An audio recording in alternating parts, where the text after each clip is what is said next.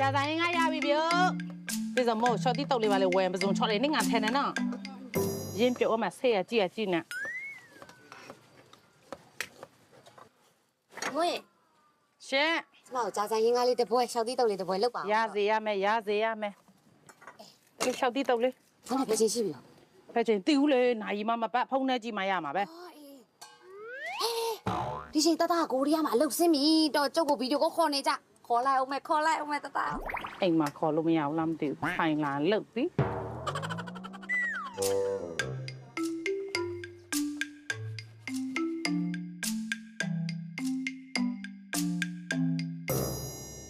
တတရေနဲဦးမမြင်ရလားနဲတားလို့ဆင်းပြီလားနဲ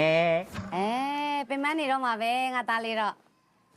ဒီမှာကြာဆိုင်ငါလာစားနေတာတားရဲ့ဒီမှာဒါနဲ့တတကြာဆိုင်ငါကိုကိုရီးယားလိုဘယ်လိုခေါ်တော့ကြာဆိုင်ငါကြာဆိုင်ငါကြောင့်ကိုရီးယားလိုတန်းညောင်းမျိုးလေးလားမသိဘူးအခုတန်းညောင်းမျိုးထင်တာပဲအေးတားတော့ကိုရီးယားဆိုင်မင်းခေါ်တော့ပါဦးတတတတိယနေတာဒါလည်းဦးမကိုတတိယနေတာဒီမဲ့တားပိုးလိုက်တဲ့ပတ်စံနေရရသိလားငါကြည့်ဆွဲကြိုးလေးတောင်လောက်ထားသေးတယ်မြင်လားဒီမလေးဆွဲကြိုးဒီနေ့ကျမကန်ချားနေတော့မ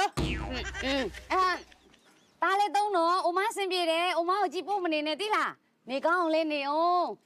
ဒီမှာတာအာကြီးမမို့လေကိုတလန်းကျော်ကလေဒီမှာအာကြီးမမို့တော့မို့လို့ပြောလိုက်ရပါတယ်ခမရလဲတတကိုရီးယားမှာမို့လို့ပါတော်ကလဲဒီမှာအာကြီးမရဲ့တူမလည်းရောက်နေတာဒီမှာခိုင်မအောင်ဒီမှာစစ်စရာလေးကြည့်အောင်ရောက်နေတာတော်ရောက်နေတာအေးကုန်မယ်တောက်အောင်ရနောက်မှကြွားအပေါင်းနောက်မှပြောလို့အေးပါအမေစားလိုက်အောင်မနော်တာအေးလိမ္မာလိုက်တာငါသားလေးအေးဒီသားလေးရမ်းလိမ္မာတာရစားပါစားပါမယ်ဆောင်းလို့အလုံးမရှိကြိုင်မရှိတရကွက်လုံးပချွားနော်အားဆရာကြီးဟုတ်တိုင်းအဲ့ဒီမှာသူအတန်ချိတ်စားတာနည်းနည်းကြွားမများငါကြည့်ရအောင်တော့ခါကြရုံးပိနဲ့ The next day တော်မရဲ့အတုတ်ကလေးပလုတ်ကလေးလောက်ပါအောင်တော့ဘာစားလို့စားမှန်းကိုမသိဘူးလေဒီနေ့စောစီအတုတ်တွေအကုန်စားခြင်းကြာစံချက်ရှိရပဲစားမလားရှိရထက်တော်မအားပေးခြင်းလို့ဒါလာတာတလမ်းပေးစားရေးစားတာတိတ်မကြိုက်ရှင်ဘူးရဲ့စားနဲ့လေအဲ့ဆိုလဲလုပ်ပါညီရလဲဒါနဲ့တော်မပြောရအောင်မယ်သိလားကြွားပြောလို့ sorry ပြောအေးတပြန်လာတော့မှာတဲ့သူ့မေကတော့ကျင်လို့တဲ့တော်ကြီးဗီဒီယိုကောနဲ့လှမ်းကတော့လို့မရဘူးလားတဲ့အဲ့ဒါပြောတာတရဲ့ပြန်မလာပါနဲ့ဘာလေပြန်စီဒီကုံပါတယ်လို့ပြောတာကိုပြန်လာပြီးတော့အမေကိုကတော့ကျင်လာတဲ့တော်ကြီးအဲ့ဒါပြန်လာတော့မှသိလားဟုတ်နာပေါ့ရလာပါစကားပြောရအောင်တမယာသည်နမဲလာပါအောင်ဟုတ်ကလေးမဖုံးနေထားခဲ့ပြန်ပြီပျောက်သွားဒုက္ခညီတူမောက်လေဒီတိုင်းမထားနဲ့လေကိုရီးယားစာလေးပါလေတင်းပြီးလှုပ်ဖို့အဲ့လိုလှုပ်လေကလေးတိုးတက်ကြောင်းမပိတ်ထားနဲ့လေညီကလည်းကျောက်ကအဲ့လိုဆက်တွေရှိတာမဘူးပြီးတော်သားကျုပ်တူမမိန်းကလေးစိတ်မချဘူးရဲ့အဲ့လိုကတော့မလေးညီနဲ့လမ်းလက်ကောင်တုတ်ဆိုင်ဖွင့်ထားပြီးတော့ခင်းနောက်ကြချက်ဖုံးတလုံးကင်ထားပြီးတော့ Facebook မှာအတင်းပြောရုံတော်ဆုံးလောက်3မိနစ်နဲ့လေဒီမှာငါပြမယ်ဒီမဲ့လာကြည့်မယ်ဒီမှာအန်နီကိုရီးယားတင်တန်းကြောင့်ပိတ်follower 1 million လောက်ရှိရနော်နင်းသားအဲ့နဲ့သွားလားဟုတ်ပါတော့ EPS ဆောင်ပေးပွဲဖြည့်ပြီးရနဲ့ယောက်ျားလေးတွေမကောက်မိန်းကလေးတွေပါဝန်ဆောင်မှုလုပ်ငန်းနဲ့လုပ်လို့ရအောင်လုပ်ပေးရတော့ဟုတ်လားEPS ဆိုဘာကြီးတော့employment permit system ကိုရီးယားတူမြန်မာG2G အစိုးရချင်းချိန်ပြီးတော့ပို့ပေးတာပဲ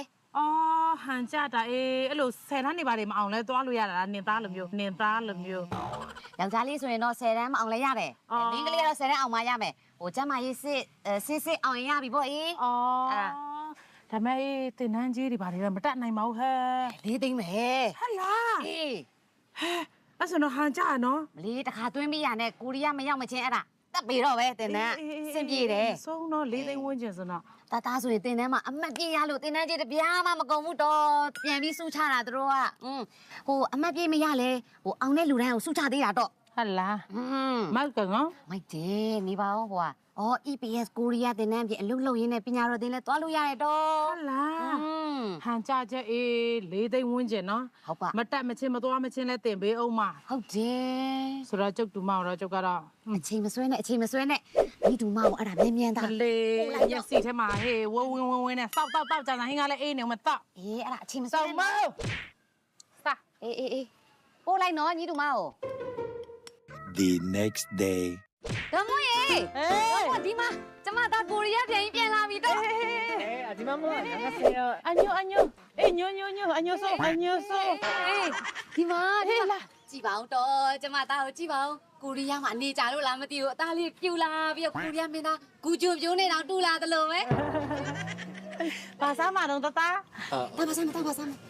ရရလဲ ကြာဟင်းကရတယ်ဒေါ်မောကကြာဟင်းကရှေ့ ဟေးကိုရီးယားပြန်လာဆိုစပိုင်စီကျွေးမယ်သူတို့ကစပိုင်စီတမိလန်တိတ်ကစပိုင်စီလေးတော့ဝယ်ပေးလိုက်တော့ အညိုနဲဟိုကဂျာဇိုင်းငါစားမယ်ခင်ချနာ အော်အေးဟုတ်ပြီစားရစေမယ်ပတ်စံမပေးနဲ့နော်ဒီနေ့ကတော့တက်ကျွေးမှာ နဲကမစမီတာအချင်းမမ ဒီရဲ့သဘောတွေကောင်းနေတာတော့တတရဲ့စားပါလေးစား မရှိစမီတာ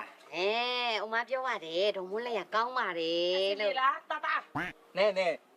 เลมอนจะเสียဟိုတက်မြာလေးလေးပေးပါ အေးတံပြသေးတယ်ဆောင်မ အိုးပေးပါဦးတတကိုတံမြာဒီလေးရင်းလေးပါ စားလို့ကောင်းလားဥပါ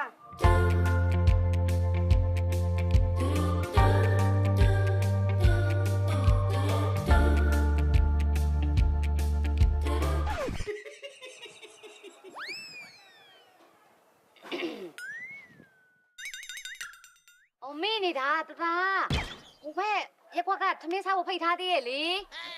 ဒေါ်မွန်းရေမေးတာဟိုဘက်ရက်ကွက်ကထမင်းစားဖိတ်ထားလို့သွားလိုက်အောင်မေလာ ချက်မင်းချက် အာပြီးမှနောက်မှလာအားပေးမယ်နော်ဒေါ်မအေးနောက်မှအားပေးမယ်လာအားရတာ တလာလဲအောင်နော်အနီမိုနာကိုအေးပုံကြည့်ပါစေတက်ရှိပါစေကိုအောင်မင်းအောင်ပေါင်းပါစေကိုရီးယားမှာလဲလိမ့်မမနေနော်ငါတူမကြားလား မမုန်းတို့မြန်ကန်ကောင်းကြဟဲ့တူတူမပတ်စံတစ်ချက်မှမကုန်မနဲ့ကိုရီးယားရောက်သွားတော့ ဟုတ်ပါအေးကန်ကောင်းနဲ့ပြောရမှာပဲ ကိုရီးယားစကားပြောတတ်ပြီလား မလီမပူပါဘူးအေးသူ့လျှက်တင်ပေးလိုက်မယ်သူ့လျှက် NE တင်နန်းကြောင်းထွက်လေသူ့လျှက်နာတင်လိုက်မယ်လူတွေကတော့အဲ့ဒါပဲသူကန်နဲ့သူလာတာ ဥမဟိုဒီတလလေးဒါအိုမောင်ကိုပတ်စံနဲ့မကြောနိုင်သေးလို့လေလုံးချီပြီးတော့ပဲကြောလိုက်မယ်နော် အေးရတယ်တာရတယ်အေးတာတို့လည်းမရအဆင်ပြေပြီးတာပါပဲမိတို့မပုံနဲ့ရတယ်အေး ရပါဥမကြောနော်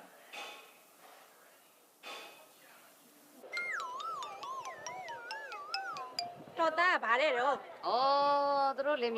ညာခါစားဆိုတော့ဒီလအမေကိုလှမ်းမကြော့နိုင်ဘူးဆိုတဲ့အကြောင်းပြောတာတော့ရေး အေးပေါ်အမို့လက်ထက်ကဗါကြီးတော့နောက်လေးဒီနောက် အမလေးကိုရီးယားတူမကိုရီးယားရောက်တာတလားမပြေသေးဘူးအလုတ်မဝင်ရသေးဘူးအတော်အိုင်ဖုန်းနောက်ဆုံးမှာဖစ်ပတင်းပရိုမအကင်စေခြင်းလို့ဇွတ်ဝယ်ရကောင်းစေပတ်စံလွဲလာလို့မှတူမတို့လင်မယားစိတ်ချမ်းသာအောင်လို့သောက်ဝယ်ပြီးကင်ပေးတာဗီဒီယိုကောပြောခြင်းလို့တဲ့အတော်နဲ့ဘာမှမဟုတ်ဘူးအဲ့ဒါ မင်္ဂလာပါရှင် EPS နဲ့ကိုရီးယားကိုပဲအလုပ်သွားမလား D4 D2 နဲ့ကိုရီးယားကိုပညာသွားသင်မလားအကောင်းဆုံးပညာရေးဝန်ဆောင်မှုပေးနေတော့တာဝန်ယူမှုတာဝန်ခံမှုအပြည့်ရှိသော Nazareth Education အနည်းသင်တန်းကျောင်းရှိပါတယ်ရှင် EPS ဆိုတာဘာလဲဆိုခါကြတော့ Employment Permit System Korea and Myanmar G2G အစိုးရချင်းချိတ်ဆက်ပြီးတော့လုပ်သားပို့ပေးသောစနစ်ဖြစ်ပါတယ်ရှင် D4 ဆိုတာကတော့ Korean Language Program D2 ဆိုတာကတော့ Degree Program ဖြစ်ပါတယ်ရှင် EPS ရဲ့သတ်မှတ်ချက်များကတော့အမျိုးသားနဲ့အမျိုးသမီး18နှစ်မှ39နှစ်အောက်ဖြစ်ရမည်ဖြစ်ပြီးတော့အမျိုးသားများမှာ10တန်းမအောင်လဲရပြီးအမျိုးသမီးများကတော့10တန်းအောင်ရမည်ဖြစ်ပါတယ်ရှင်ကာလာဘလိုင်းမရှိရပါဘူးရှင်။ကျန်းမာရေးကောင်းသူဖြစ်ရမည်ဖြစ်ပြီးတော့တင်တန်းမတက်ခင်ဆေးကြိုဆေးရပါမည်ရှင်။ D4 ရဲ့သတ်မှတ်ချက်ကတော့10တန်းအောင်သူတိုင်းသွားလို့ရပြီး D2 သတ်မှတ်ချက်ကတော့10တန်းအောင်ပြီး Topic Level 3ဒါမှမဟုတ် IELTS 5.5 အနည်းဆုံးရှိရမည်ဖြစ်ပါတယ်ရှင်။ EPS ကိုရီးယားအမျိုးသားတွေမကအမျိုးသမီးများလည်းဝန်ဆောင်မှုလုပ်ငန်းနဲ့တရားဝင်အလုပ်သွားလို့ရနေပြီဖြစ်ပါတယ်ရှင်။ EPS ကိုရီးယားတင်နန်းမှာဆိုရင်၄သိန်းကျော်ကျပ်တဲ့ကြားတင်ပြီဖြစ်ပြီးတော့လတိုင်း discount များစွာပေးနေပါသေးတယ်ရှင်။တင်နန်းကြီး၄သိန်းဝန်းကျင်နဲ့ကိုရီးယားရောက်တဲ့အထိတာဝန်ယူပေးမည်ဖြစ်ပြီးတော့တင်နန်းကြီးတစ်ခါသွင်းပြီးရနဲ့ကိုရီးယားမသွားမချင်းတယောက်ခွင့်ရှိပါတယ်ရှင်။ EPS စာမှုပွဲကြီးမှာအမှတ်ပြရသူတိုင်းတင်နန်းကြီးအကုန်ပြန်အမ်းပြီးတော့အမှတ်ပြမရလဲအောင်သူတိုင်းကိုစုချဂုဏ်ပြုပါတယ်ရှင်။ EPS စာမှုပွဲကြလဲ free ပြန်တက်ခွင့်ရပါတယ်ရှင်။နောက်ပြီးတော့ EPS ကိုရီးယားတင်နန်းအပြင်ကိုရီးယားမှာအလုပ်လုပ်ရင်းပညာတော်သင်သွားလို့လည်းရပါပြီရှင်။ကိုရီးယားမှာစာသွားသင်ခြင်းလဲအန်နီမှာအတန်ဆုံး service fees ဖြင့်အကောင်းဆုံးပညာရေးဝန်ဆောင်မှုကိုပေးနေပါပြီရှင်။ကိုရီးယားမှာပညာသင်သွားခြင်းသူများအတွက်အန်နီမှာ preparation class ဖြစ်သည့် Korean 4 skill အတန်းများကိုလည်းသင်တန်းကြီး2သိန်းကျော်လေးနဲ့လာတက်လို့ရပါပြီရှင်။ NE ကိုရီးယားသင်တန်းကျောင်းရဲ့1 million follower ရှိသော Facebook page ကနေစုံစမ်းနိုင်ပြီးတော့ TikTok အကောင့်မှာလည်းစုံစမ်းတက်ရောက်နိုင်ပါတယ်ရှင်။